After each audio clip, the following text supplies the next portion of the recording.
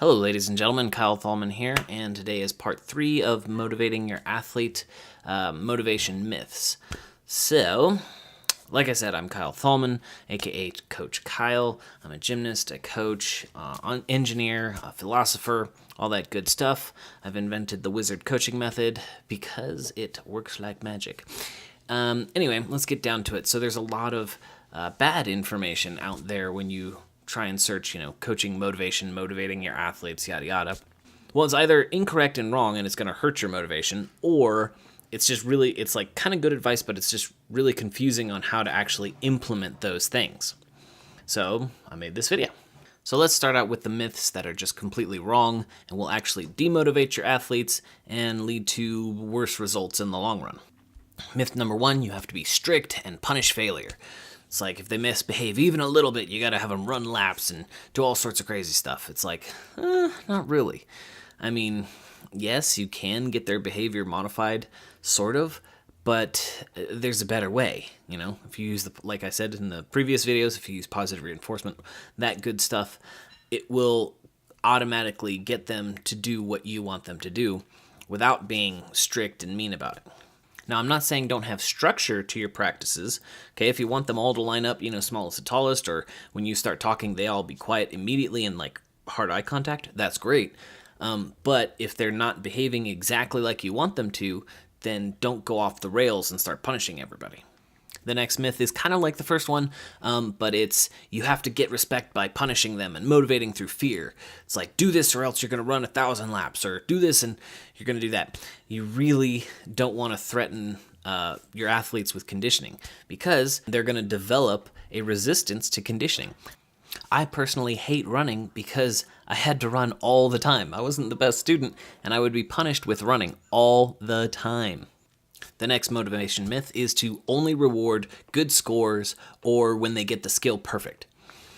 That is just not going to work. Okay, good scores, sometimes it's luck, Maybe the judge just didn't like them, or maybe, I don't know, they had an upset stomach, whatever. You can't really always control the scores. And then if you're waiting till the end when their skill is perfect to give them rewards, give them praise, that's a long time. Some skills take, months or years to get perfect. And if you're waiting months or years to motivate you, it's not going to work. You have to be continually motivated every, 20 seconds, every minute. You have to have some sort of praise or reward or some sort of motivation, minute to minute to get through crazy gymnastics or really hard sports. You know what I mean? The next myth I hear all the time, and it's really pervasive. It's like everybody's like, oh yeah, just do that. And it's not actually helping. Okay, this myth is to be positive, be enthusiastic, be high energy, make fun the priority, just have fun. Now, I agree that fun should be part of your practices, but it shouldn't be the sole purpose of practice. You're there to coach them so they get better at the sport, not to entertain them. You're not a clown. You're a coach, okay? If you're doing a birthday party or something like that, then yeah, fun is the priority, okay? You're not there to teach them gymnastics. They're there to have fun. If you're in a gymnastics class, you're there to learn gymnastics, not to have fun.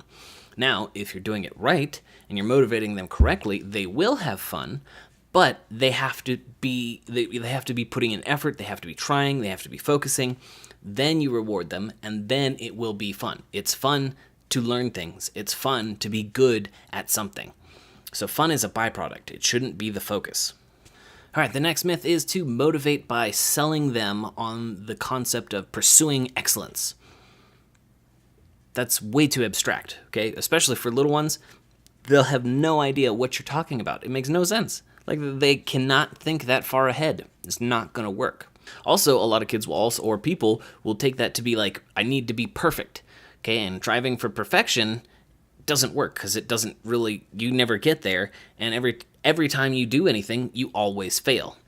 Okay, you should fail a little bit, so you can learn, but if you're always failing, you're just going to quit. So perfection is not good. Pursuing excellence is just too abstract. The last critically wrong myth about motivation is that you need to give long, inspirational speeches. Okay, long, inspirational speeches just don't work in the long run. Okay, it might work for 15, 20 minutes, maybe. Okay, they're great for short bursts of motivational or short bursts of motivation, but then it goes away. Okay, championships aren't won by 30 minutes of hard work. Okay, it's hours and hours and days and weeks of dedicated, constant effort and improvement. Okay, motivational speeches last, like I said, 30 minutes maximum. So instead of long speeches, what you want to do is build motivation over a long process. It's like adding fuel to the fire, a little bit at a time, okay? After you use my methods, like, keep rewarding the good, punish the unacceptable, and ignore the rest, they start to crave improvement. They crave getting corrections and getting better. It's almost, it's like a new skill to them is like cocaine. It's insane. They will work really, really hard all the time, constantly, with your back turned. It doesn't matter. They want to get better so that they get those good feelings of, yes, I accomplished this. Yes, I get this reward. Okay, so it's a long haul, not short inspirational speeches or long inspirational speeches. All right, let's move on to the motivational myths that are sort of helpful, but usually unclear. The first one is be confident when coaching. Well, confidence comes from competence. If you know what you're doing, you've spent, 200 hours training, learning all these things. You've got a mentor that's helping you learn all the things you need to know about coaching. You've watched a bunch of these videos. You've watched other videos on technique and yada yada and how to coach. You've done the work on yourself. Of course you're going to be confident. You know what you're talking about. While you're learning and getting competent and you're really confident, don't get overconfident. There are so many coaches that have been coaching for like 20 plus years, and they're like, I know how to coach every skill ever. Okay, I've seen too many coaches get just a huge head, and they're like, nope, this is how we do it, because I know everything. And they might be pretty good coaches, but they could be better. All right, the next motivational myth for coaching is to enjoy coaching. How? Like, that just doesn't make sense to me. It's like, how do you enjoy coaching if you don't enjoy coaching to begin with? Like, I just personally love playing with the kids, teaching them things, seeing them progress and grow. I don't know how, if you don't like those things, why are you a coach? Next one, be creative. How? What does that mean? I'd say just sit down, once a week and just review the week. Take 20 minutes and go, okay, what do we do? What do we have problems on? How can I find help on these problems? Plan to do something different, and then take action on it. That's about it. And then the last myth I've heard a lot is be authentic while you're coaching. And this one I'm like, well, what does that really mean? Like, be authentic. If you're super frustrated, then take it out on the kids.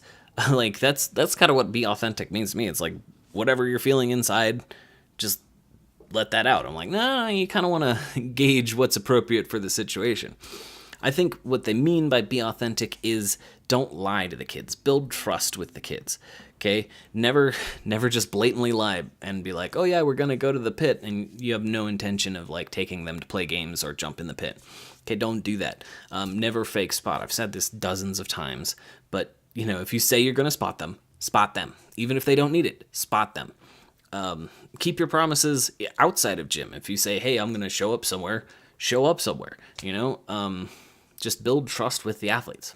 Other thoughts, I think there's probably somebody out there that has a better way of teaching me to enjoy coaching more, or somebody else that doesn't really enjoy coaching, how to teach them to enjoy the coaching more, because I think I know if you're enjoying what you're doing, you're going to do it better. Happy people learn faster, work harder, yada yada. If you guys have any ideas on that, let me know. I don't know how to implement this into your coaching style.